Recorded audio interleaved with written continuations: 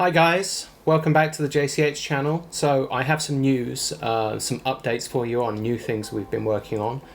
And one of them is we're going to start a new monthly piece, a segment or a series on film news and film reviews. And we're going to start with introducing you to our new presenter as well. I'd like to introduce you to Ulysses. Hi guys, I'm Ulysses, and should I introduce myself? Yes, please do. Okay. So I'm Ulysses Elke, and I'm a photographer. Mainly, I photograph things in Tokyo, but wherever I go, obviously take photos. It's a pleasure to be on the channel. I've been watching JCH for a while, so yeah, it feels good to be here and talk photos and take photos with you guys. Yeah, and it's a pleasure to have you here as well. I'm looking forward to it. I think it's going to be a lot of fun. Cool. So Ulysses is going to be going with us and working on the film reviews. And what better way to get started with the inaugural version of this is to shoot some StreetPan. Mm-hmm. Yeah. Oh, and just so you guys are aware, I'm sorry, I haven't got any left at the moment. I will have some more soon. Please don't ask for more because I can't get it yet. So Ulysses is going to shoot some StreetPan. Yep. Have you shot StreetPan before? Yes, I have, and I'm not saying they don't have a gun in my head or anything. But so things. Say nice things. Oh shit. Yeah. So I've used StreetPan because. So I think many people might know, if people know me, might know that I've shot a lot of film in the past, and that's kind of how I started off with photography. Yep. And so with contemporary film, I think there aren't so many options. Yeah. So when there's a new film on the market, we try it. Sure. Right? Especially being in Japan. And one thing, I think, again, a lot of people might know me as a color photographer, but I actually shot a lot of black and white. Right. Back in the day, I would say. And having a film that is 400 ISO and with initial, I would say, contrast, because maybe I'm talking too much now, but for example, I think the major films for black and white are kind of like HP5 and Tri-X. Yeah, of course, they're the daddies, the granddads, They're the elders, the OGs. Yeah, exactly. But I think for contemporary film usage, you do a lot of, for those films, you have to do a lot of developing and scanning, and you have to do it correctly, I think, in order to get the right amount of contrast. Yeah. So shooting with StreetPan was cool because it's a very contrasty, it's a pan film. Yeah.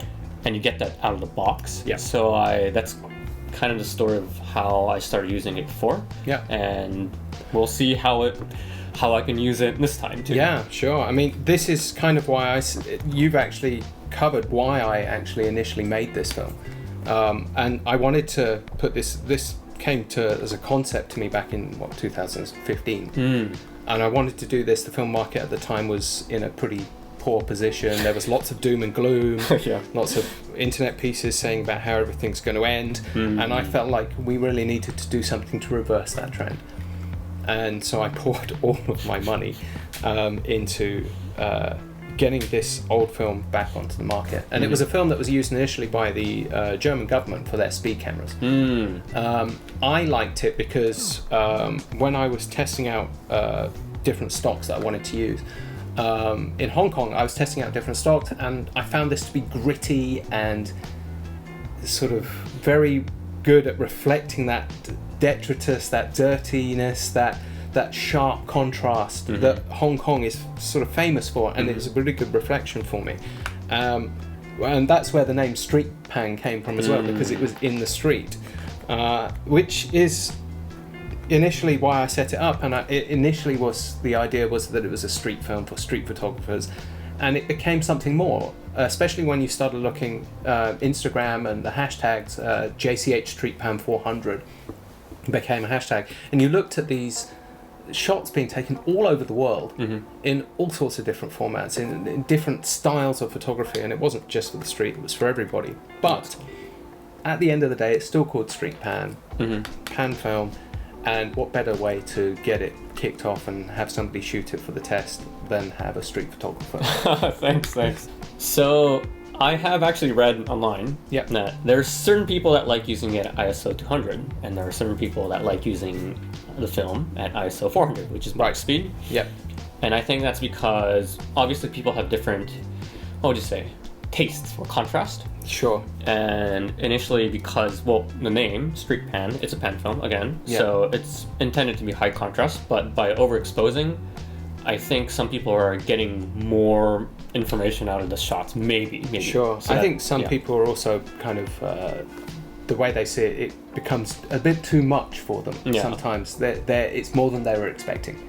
And because if you do get it right, and if you do get it in the right sort of, the light is correct, it's at the right time of day, you've got the camera and lens, everything's working well, the contrast can be very extreme.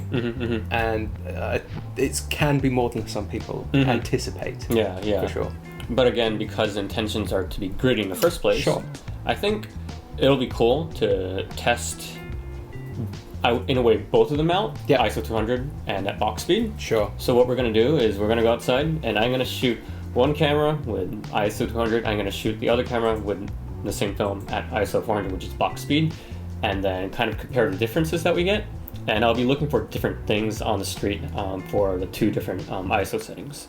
So that's what we're going to do, and let's see what we get, I guess. Yeah, good luck. I look forward to seeing the results. Yeah, hopefully I don't mess up too much, but yeah, let's do this. Yeah, don't, because we haven't got much left.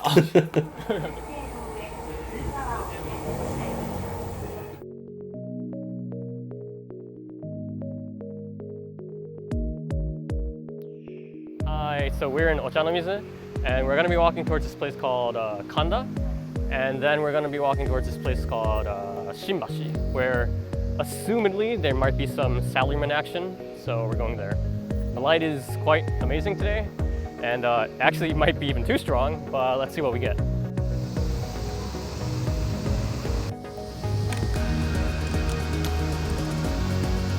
feel like old school Magnum photographer with like 2 Leicas.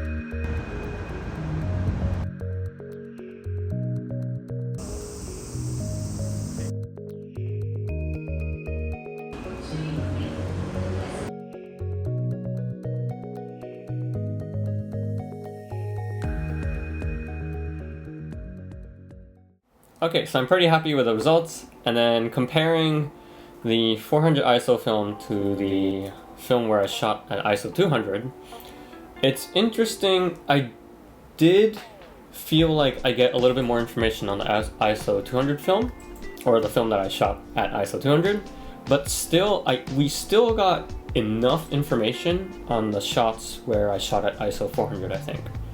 And to me, yeah, that was pretty interesting.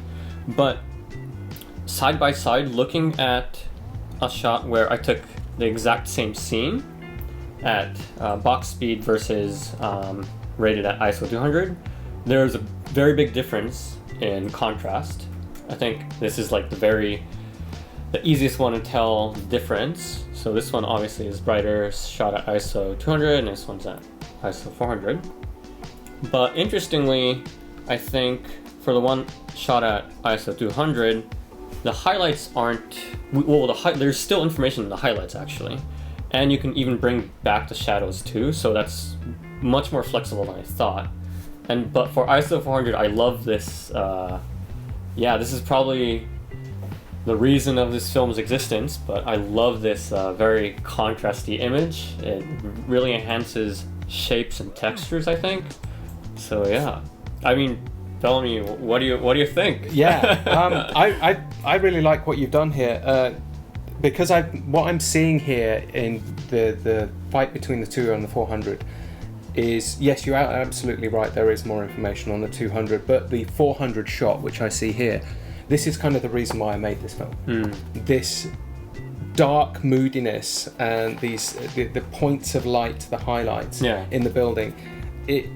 This is why I wanted. This is what I wanted from the film. You're making me happy, man. And this is what I wanted to shoot the film as when I initially sort of came up with the idea of putting it on the market.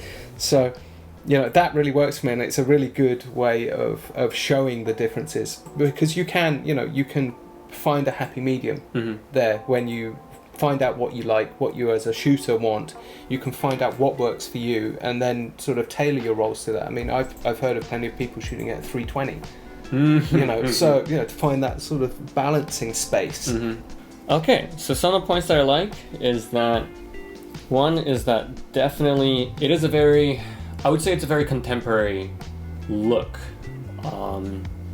In that, obviously, yes, it is a very high contrast film, but it fits very well into the equation of what I think Tokyo is now, and maybe Hong Kong, because obviously that's what Bellamy mentioned, what initiated the thought process of creating this film. But yes, if you're into the contemporary, very gritty Tokyo, bright highlights and dark shadow photography, then this is definitely, it will work, guaranteed. One thing that I noticed when I was looking into the photographs on my computer screen was that for the ISO 400 one, yes, it's a little bit hard to, get back the information in the shadows. The shadows are very gritty. Yeah. And then what I did there, though, to compensate that was in the scan, I actually, I brought back the shadows, as in I pulled back the shadows, so I made it darker, so it's harder to see the very, very grittiness of the film, I would say. So that's one way to work around it, I would say. And the other way to work around it is obviously shooting it at ISO 200 or ISO 320, and where you can see that, again, there's much more information in it compared to the ISO 400 shots. So which one would you shoot at? I would shoot, I think, so my usage of film is I'm not an enthusiast. Let's just put it that way. Right. I shoot film because for me it's a utilitarian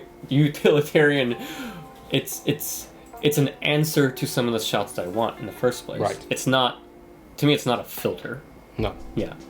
So coming from there, I would use this in certain situations. So the strength of it is definitely in the contrast. Right. So right now, I actually have a project going on that I don't even want to call it a project, but let's just say I'm beginning a project right now of actual black and white photographs. And they're more textural. Right. And they're all about shapes, and they're all about geometry and form. Yeah, exactly. And then actually when I was shooting this, I was like, maybe I could use JCH for the project. I don't know. But looking back at the photographs, I think ideally if I can shoot a bunch of JCH for that, then it would make a lot of sense. So for me, textures, geometry, for those situational cases, I would love to shoot on it because the out-of-box contrast is something that I really like to look at, I would say. Yeah, and sorry I keep on going back to this photograph, but like these highlight spots, like this was something that I wanted to somehow express in the photo. Yeah. But I think if you're shooting this digitally, like this stark contrast, it won't happen. Yeah. And the shadows on this building here, it would be crushed. Yes. So having both of that extreme contrast, but you still have the information. Yeah. Is something very interesting and unique to this, I think. Fantastic. So that's my impression of it. I think it's a film, and I know that it's a film, I market it as a film that isn't an everyday film. Yeah. People will go out and buy Tri-X and buy HP5 and they'll buy 5 rolls and that and maybe 1 roll of this. Mm-hmm. And I understand that, I expect that because it is different and it is a more creative perhaps, the less utilitarian type of film. So yeah, you've kind of got that for your project. It gives you that control. Yeah. So it definitely gives you more JCH gives you more, I would say, like out of the box filmy vibes. Very bad way of putting it, but that's my general understanding. Filmy vibes. Yeah. Sick tones, Sick bro. tones, bro. Yeah, right. Yeah. And also, at ISO 400, it's interesting to look at color difference. So obviously, if you're shooting black and white, you don't really focus on color, but it's a very important thing to look at because colors have different shades and they react differently within black and white. So having lighter colors contrast to something like darker colors in the frame, shooting it at box speed, it gives you this really nice natural contrast. I think a good example would be something like this photo here, where like this shot wasn't even in that much of a highlighty situation, I would say. Like it looks quite just regular flat light. Thank you. Yeah, exactly. Yeah, it's actually pretty flat light, but because of the contrast that film stock has, you get this really nice contrast difference in the shirts and in the black and white. You know, the pavement. Yeah, the crossing. Yeah, because of the stripes, that accentuates what you're seeing as well, and the different and the contrast his trousers and his shirt. Yes, exactly. You know, so it brings you right to it, and it really works for it. Yeah, it does really. This was kind of half intentional. I wasn't sure if it was going to work, but yeah, definitely worked in my favor, I think. Like if you even look at this guy's t-shirt, this isn't white. This is like I'm assuming like light blue or something. Yeah. But it becomes really bright, and you can see the difference between you can see every fold in it as well. Yeah, it's brilliant. Yeah, and it's very, like, it's grainy, but it has this nice sharpness to it. If you really want to get the most out of StreetPan, I would say go and use it in the darkroom. Go and print with it in the darkroom, and you will get this effect that you're talking about, because it really does shine.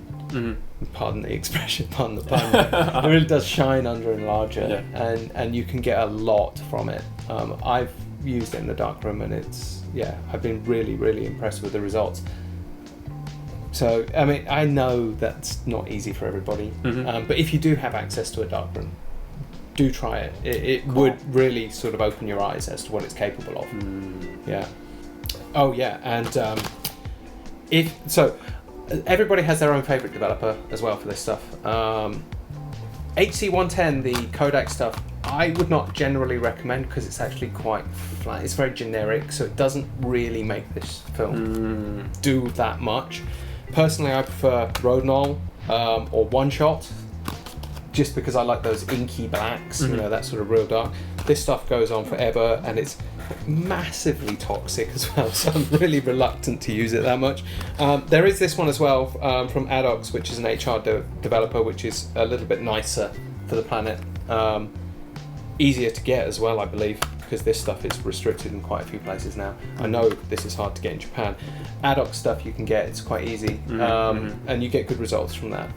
So it works well paired with this film. And to wrap things up, if you're the type of person that, let's say, you like taking portraits, you like skin tones, and you want more information in your photos, and you want things a little bit less gritty, then I advise you to shoot at ISO 200.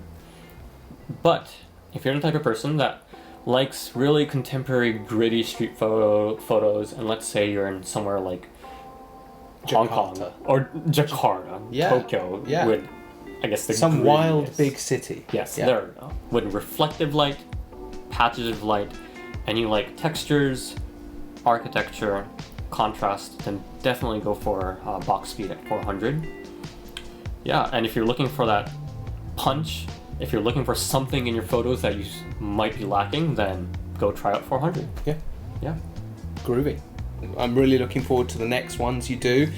By the way, Ulysses has got his own channel. You should really go and check it out.